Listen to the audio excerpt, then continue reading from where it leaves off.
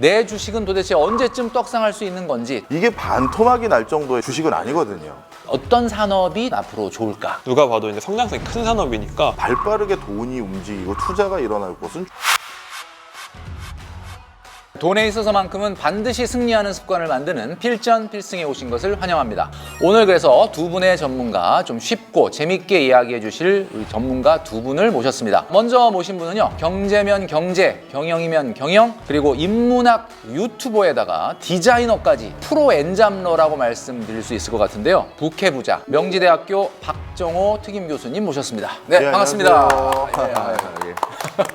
자, 또 한 분의 전문가를 모셨습니다. 요즘 인기 드라마인 1000원짜리 변호사에는 남궁민 배우가 있다면 저희 필전 필승에는 바로 이분이 있죠. 남궁민 경제뉴스 큐레이터님 모셨습니다. 네, 반갑습니다. 반갑습니다. 자, 요즘 뭐 투자에 관심 있는 분들이라고 하면은 뭐 쏟아지는 미국 뉴스에 관심을 안 가질 수가 없습니다. 최근에 미국 중간 선거도 끝났고 미국의 10월 소비자 물가 지수도 발표됐습니다. 결과가 조금 낮게 나와서 뭐 이제 아직 뭐 절대치는 좀 높지만 이제 인플레이션 좀 꺾이는 거 아니냐, 뭐 이런 어떤 의견들도 좀 있고요. 그러다 보니까 우리 서학개미들 또 동학개미들 내 주식은 도대체 언제쯤 떡상할 수 있는 건지, 최근에 주가가 조금 올라가긴 했는데 이게 여기서 끝인 건지 아니면 좀 대세 상승으로 갈 수 있는 건지, 이게 너무너무 궁금한 내용들이 많이 있거든요.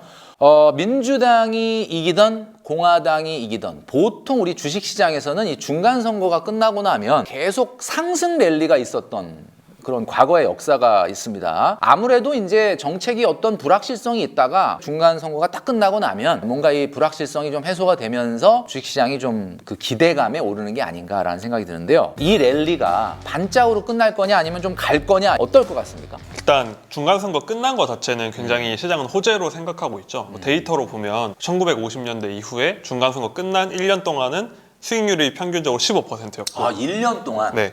그리고 한 번도 빠진 적은 없는.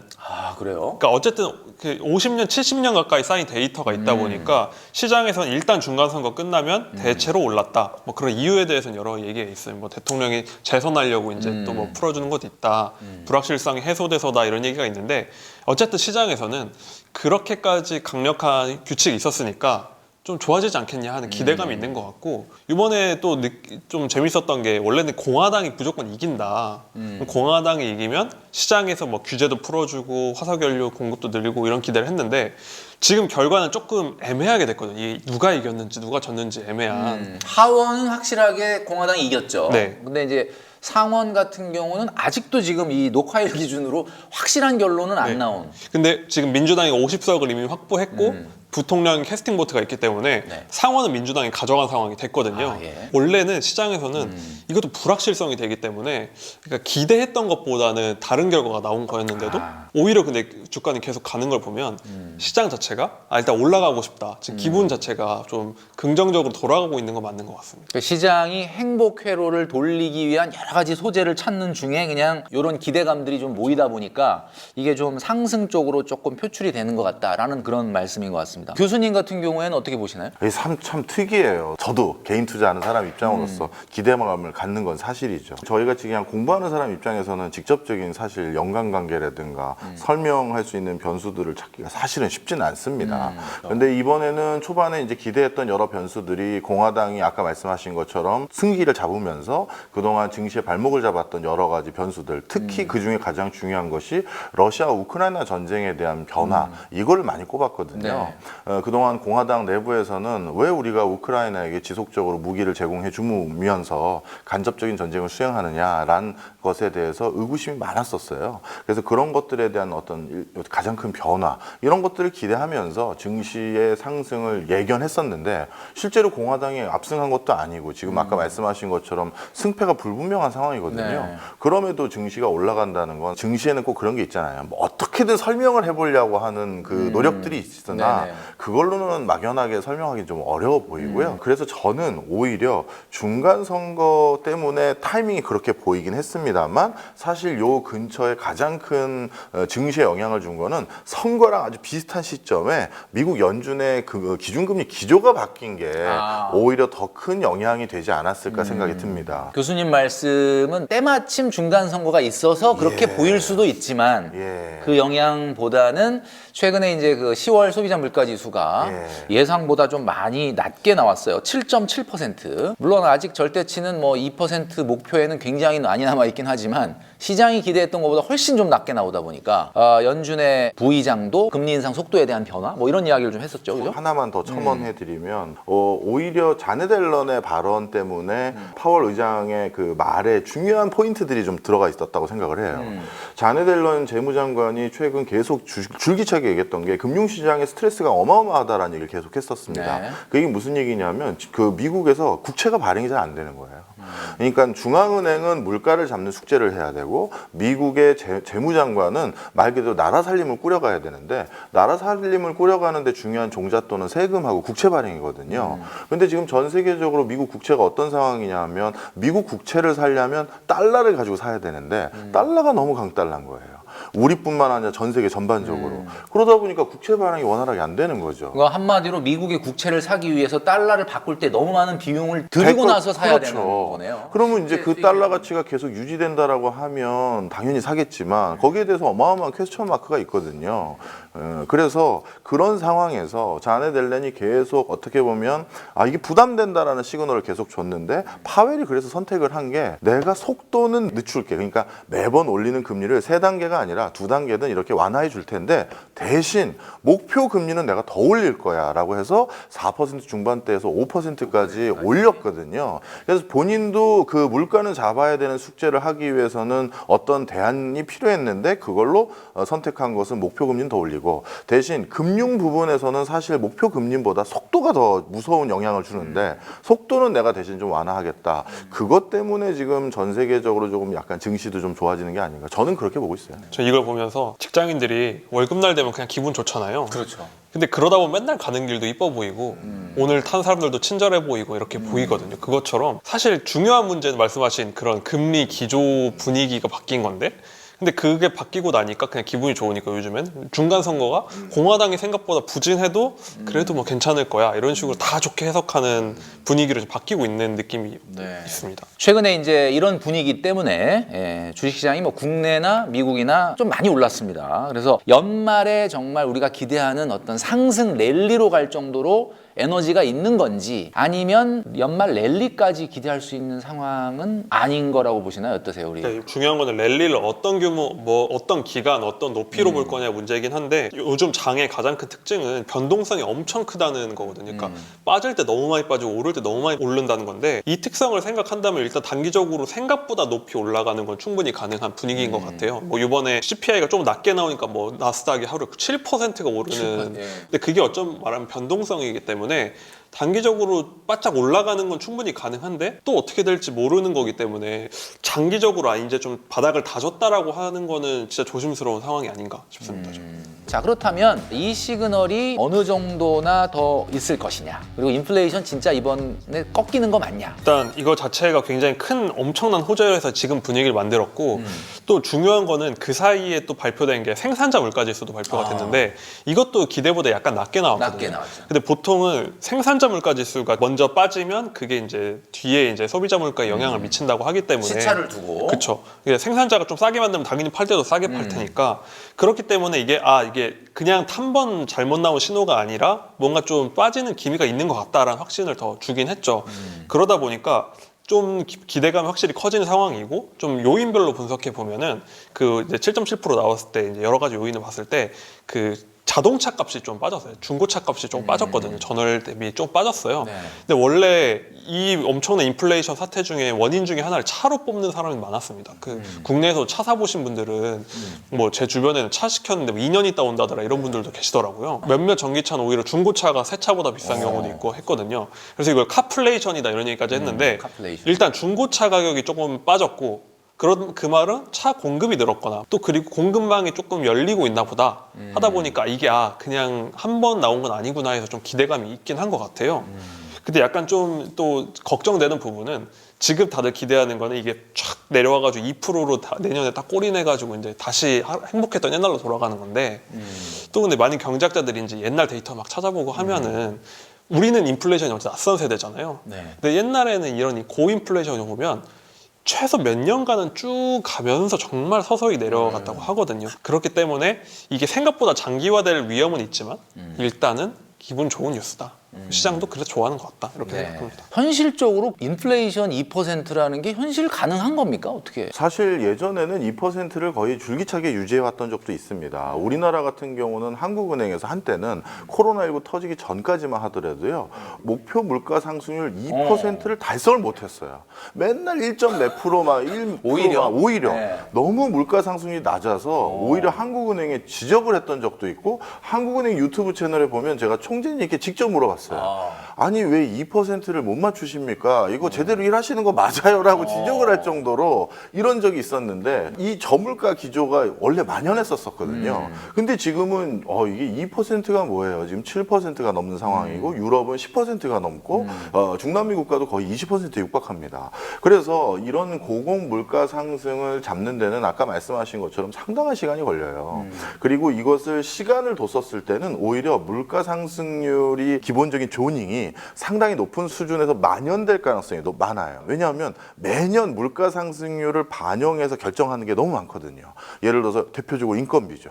인건비도 우리 연봉 협상할 때 이제 목표 물가 상승률 2%에 맞춰서 그만큼을 올려주십시오. 그래야 제가 실질 소득이 똑같습니다가 아니라 5%씩 아니면 7%씩 물가 상승이 계속 오르면 인건비 그렇게 올려주셔야죠 하면, 인건비를 그렇게 올리면 그 비용이 다 어디에 전가되겠어요?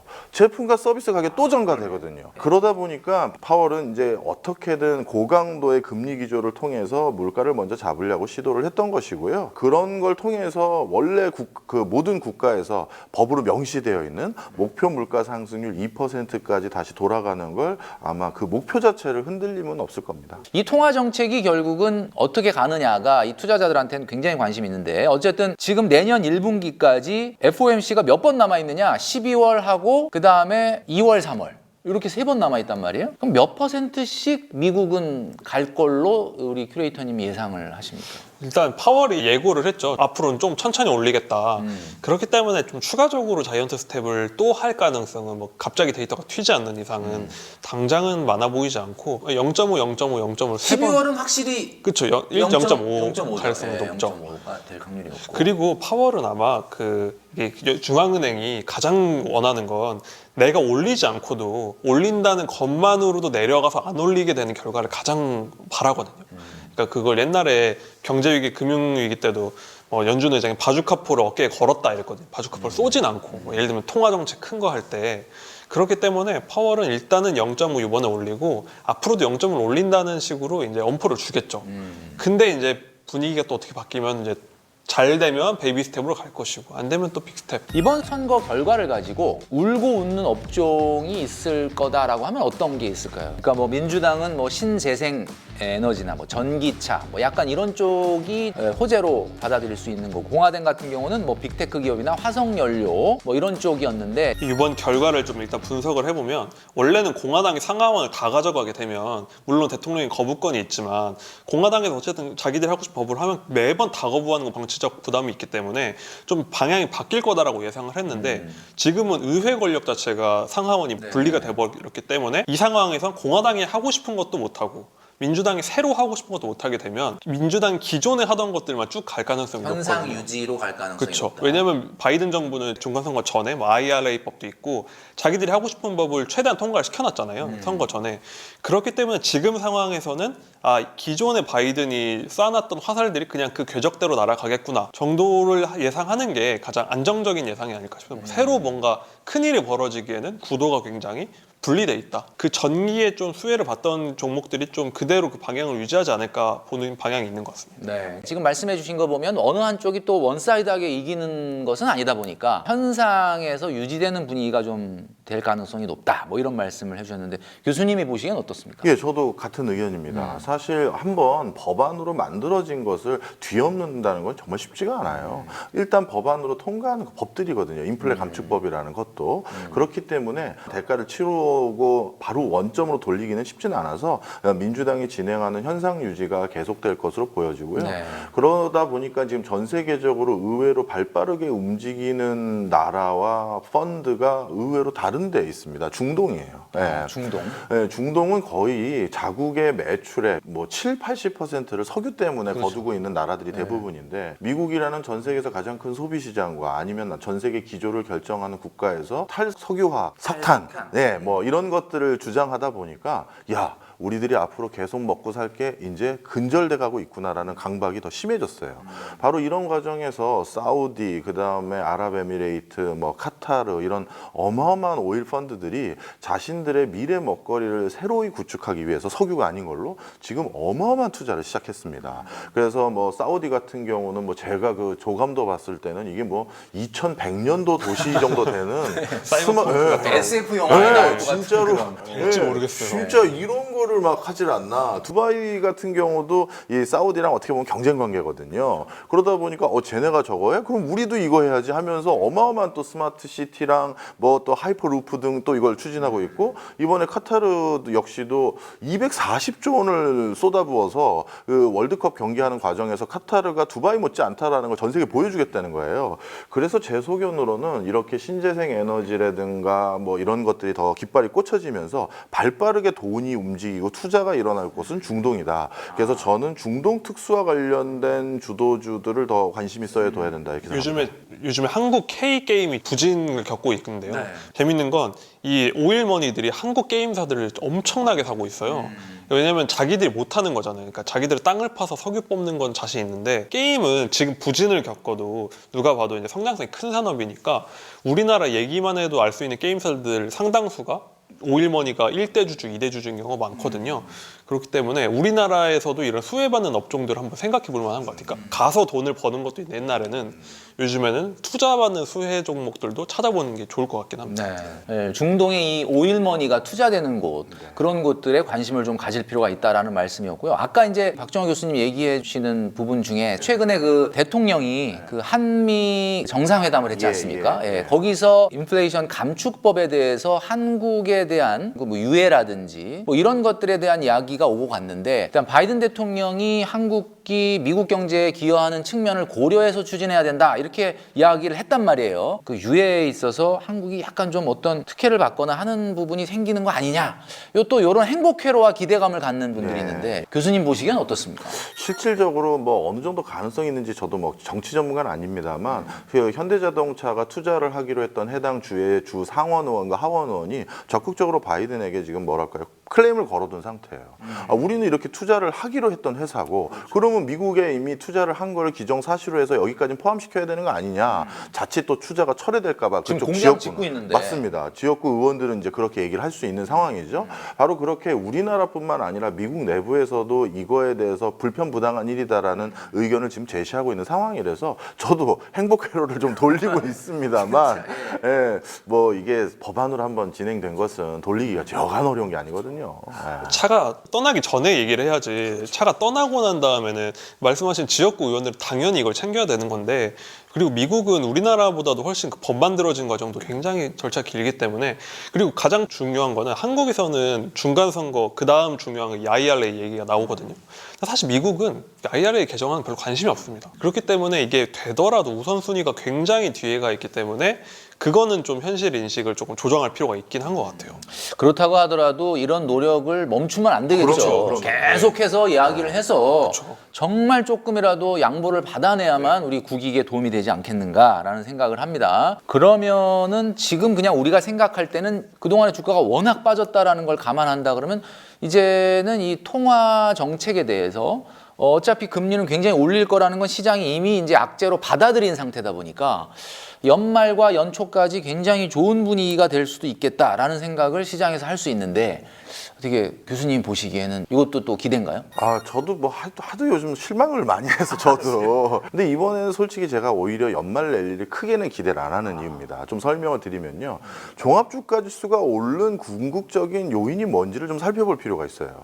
근데 그 최근에는 오히려 개인들은 던졌어요. 근데 외인이 계속해서 매수를 때리고 있었습니다. 특히 외인이 매수 지수를 때렸던 대표적인 종목들은 우리나라 초우량주들을 중심으로거든요. 근데 그 요인을 가만히 살펴보면 삼성전자 같은 경우도 고점 대비 지금 30% 가까이 빠졌고요. 그런데 주가도 30% 빠졌는데 환율 부분을 봐야 돼요. 외인은 환율이 원래 우리나라 환율의 적정 조닝에 비해서 20% 가까이 올라갔어요. 그러니까 환율, 그러니까 외인들은 달러를 가지고 우리나라 거를 사다 보니까 환율적으로도 20% 프리미엄이 붙고 주가도 30% 가까이 빠졌으니 너무 많이 빠졌구나. 삼성전자 반토막 난 거예요. 쉽게 얘기해서. 이게 반토막이 날 정도의 주가는 아니고 주식은 아니거든요. 그러다 보니까 외인이 지금 삼성전자를 제가 대표해서 말씀드렸지만 이런 초우량주들 중심으로 다시 대거 매집에 들어온 겁니다. 그래서 이런 것들 때문에 종합주가지수가 견인될 수 있었던 것이고요.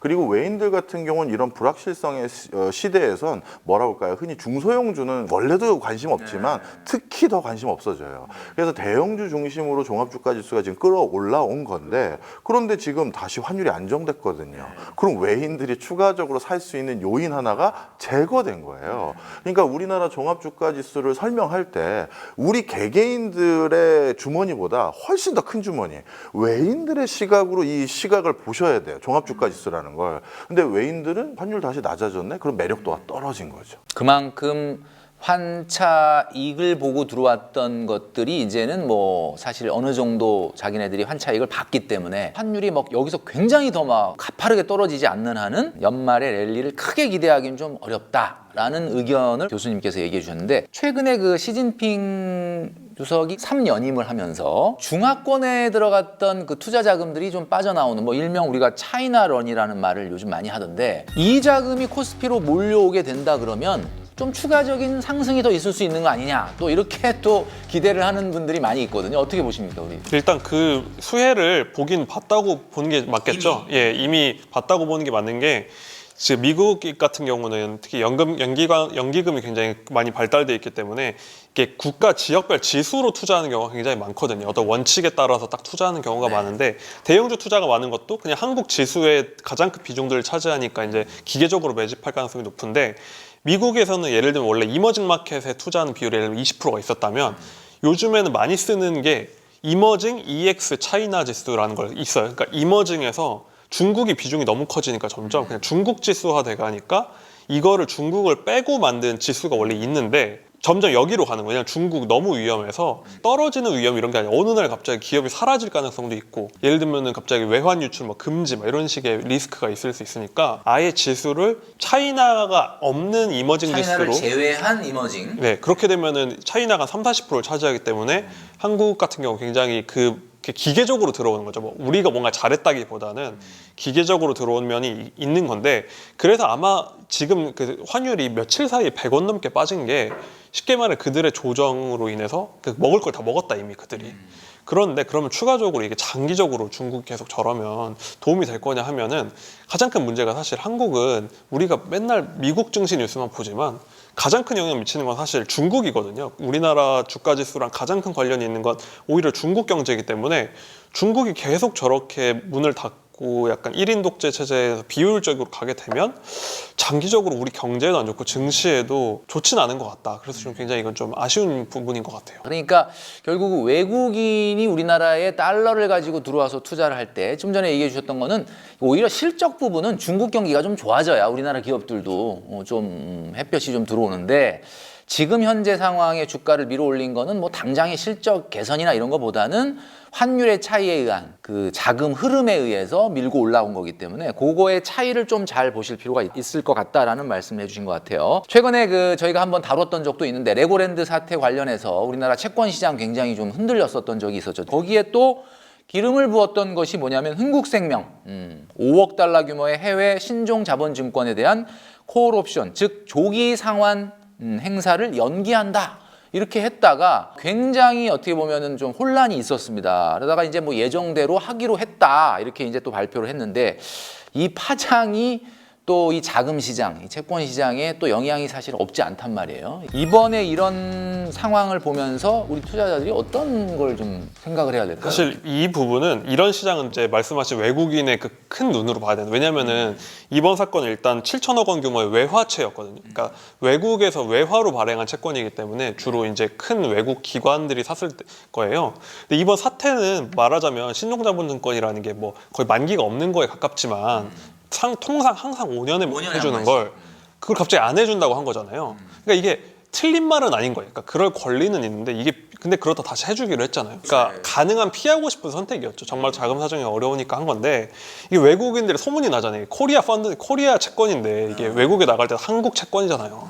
그렇기 때문에 한국에 뭐 일이 있나 봐. 이런 일이 있었어. 이렇게 되기 때문에 굉장히 안 좋은 시그널을 남기고 결국 이 회사도 만기를 연장을 콜옵션 행사했잖아요. 그러니까 이분들도 재무적으로 득을 보지 못했고 한국 채권 자체에 좀 신뢰도가 떨어진 좀 안 좋은 사건이었던 것 같아요. 결국은 이제 신뢰의 문제인데 신용을 좀 떨어뜨리는 이런 일들이 경제 전반에 굉장히 좀 안 좋은 영향을 좀 미치는 것 같다라는 생각이. 원래는 유동성의 위기였는데 그게 신뢰의 위기로 가게 되면 이게 시장이 무너질 수 있으니까. 자, 그렇다면 우리가 이제 전반적으로 최근에 있었던 여러 이슈들을 다뤘는데 이런 상황에서 우리는 어떤 투자를 해야 되느냐, 어떤 산업이 앞으로 좋을까? 저는 장기적으로는 에너지 기업 섹터가 굉장히 좋을 거라고 생각을 해요. 그러니까 지금은 물론 단기적으로 유가가 등락할 수 있지만 전반적으로 에너지 기업들의 공급이 부족하고 유가는 계속 좀 어느 정도 유지될 가능성이 높기 때문에 에너지 기업 특히 그리고 어쩌면 신재생 에너지도 그 안에 포함해서 석유 기업이든 신재생이든 에너지 기업이 부상할 거라고 생각을 하는데 저는 지금부터 앞으로 짧은 랠리가 있다고 치면은 그 사이에는 업종별 편차가 크지 않을 것 같다. 왜냐면 지금 오른 일은 뭐 특별히 어떤 새로운 사건이 생겼다기보다는 그냥 시장 분위기가 좋으니까 다 같이 오른다. 그러니까 그러면 아무래도 섹터의 비중이 큰 대형주들 그런 게 오르겠죠. 인덱스 중심으로 오를 거고 이 랠리에 어느 정도를 좀 이득을 보고 싶다 하시면 그냥 맘 편히 어느 정도 지수에 베팅을 하시는 게 편하지 않을까. 결국 우리가 주식을 뭐 섹터로도 나누지만 보통 성장주나 가치주라는 걸로 많이 나누잖아요. 가치주보다는 성장주가 그래도 좀 낫다고 볼 수 있을까요? 저는 지금은 가치주, 성장주 모두 좀 관망을 하길 권해드리고 싶어요. 좀 설명을 좀 드리면 주식 투자를 이제 아주 즐겨 하시는 분들, 매일 그 휴대폰으로 보시거나 하는 분들은 뭘 안 사면 안 된다는 강박이 있어요. 그러니까 어떨 때는 내 계좌에 현금 비중이 50% 이상이어도 되는데 그거를 꼭 뭘 사야 된다라는 판단해서 지금 뭘 사야 된다는 강박이 있으시는데 지금은 아까 우리가 오늘 대화 나눈 것에 많은 힌트가 있어요. 흥국생명이 자신들의 기업의 입장에서 콜옵션 행사를 안 하겠다라고 선언한 거 있잖아요. 이게 이제 내막이 어떤지 뭔지 보지 않고 채권 시장이 소스라치게 놀라서 확 경생되고 그다음에 레고랜드의 도지사 발언 하나 때문에 또 국가에서 몇십조 펀드를 조성해야 될 만큼 경색되고 그 얘기는 뭐냐면 지금은 작은 돌멩이 하나만 던져도 그 파장이 일파만파 커져요. 그런데 그런 상황인데도 불구하고 내가 특정 회사, 특정 섹터에 대해서 나름의 판단을 해서 난 이게 확신이 있다? 그걸 가지고 베팅하는 것이 굉장히 불안전할 거예요. 그렇다면 저는 늘 말씀드리는 지론 중에 하나가 행복한 투자 하시라는 건데 지금 모두가 기관 투자자들도 깜짝 놀라가지고 돈 다 빼가고 있는 시점에 왜 내 돈만큼 그렇게 과감하게 던지시느냐. 이럴 땐 좀 기다리셔도 된다. 그리고 그 다음 확실한 테마가 뭔지 좀 보셨으면 좋겠고요. 하나만 더 말씀드리면 대형주는 묵직하기 때문에 단기간에 뭐 20, 30%씩 잘 안 올라갑니다. 요즘처럼 변동성 큰 장세는 좀 예외라 하더라도. 그러다 보니까 대형주로 내가 본전 찾으려면 이게 언제 걸릴지 모르는데 이러고 있는 상황에 코스닥에 봤더니 벌써 뭐 떡 상상하는 게 막 나오는 거예요. 그러면 어떻게 된다? 슬슬 중소형주로 갈아타죠. 그러면 중소형주의 여태까지 성적표가 더 좋았느냐? 지금 코스닥 지수와 코스피 지수만 비교하셔도 이건 결론 더 자세히 얘기 안 해도 알 거예요. 내 스스로 조급증 때문에 일어나는 현상들이 아마 저보다 재테크 후배님들이 있으시다면 똑같이 하셨을 거예요.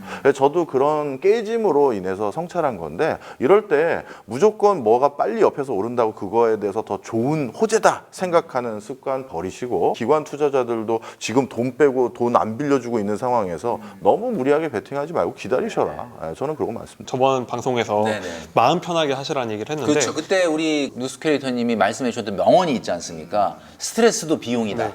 아 진짜. 시장 뉴스를 떠나서 최근에 이 녹화일 기준으로 FTX 사태 같은 거 터졌는데 이것만이 아니라 흥국생명 그 앞에 뭐 횡령 사건 계속 터지고 뭐 배임이 계속 터지잖아요. 근데 이게 딱 그 하락장의 딱 그 분위기가 성장할 때 다들 사고 쳐놨는데 그냥 좋게 굴러가다가 지금 그게 하나씩 계속 터지고 있거든요. 그러니까 이게 좀 어느 정도 시장이 주기적으로 너무 더러워지니까 방청소를 하고 있는 과정이에요, 지금. 방청소를 하고 있는 와중에 나의 귀한 돈을 집어넣어가지고 고생시킬 필요가 없다. 어느 정도는 좀 그런 환부가 도려내진 다음에 마음 편하게 정말 믿을 만한 기업에 투자할 수 있기 때문에 조금 말씀하신 대로 마음을 편하게 먹는 것도 좋을 것 같습니다. 우리 투자자분들이 상당히 많은 인사이트를 얻으실 것 같은데 오늘도 여러분들의 투자에 있어서 정말 도움이 되는 이야기들을 쉽게 말씀해 주신 우리 박종호 교수님 그리고 또 남국민 뉴스 크리에이터님 오늘 나와주셔서 감사드립니다. 네네. 돈에 있어서만큼은 반드시 승리하는 습관을 가져가는 필전 필승이었습니다.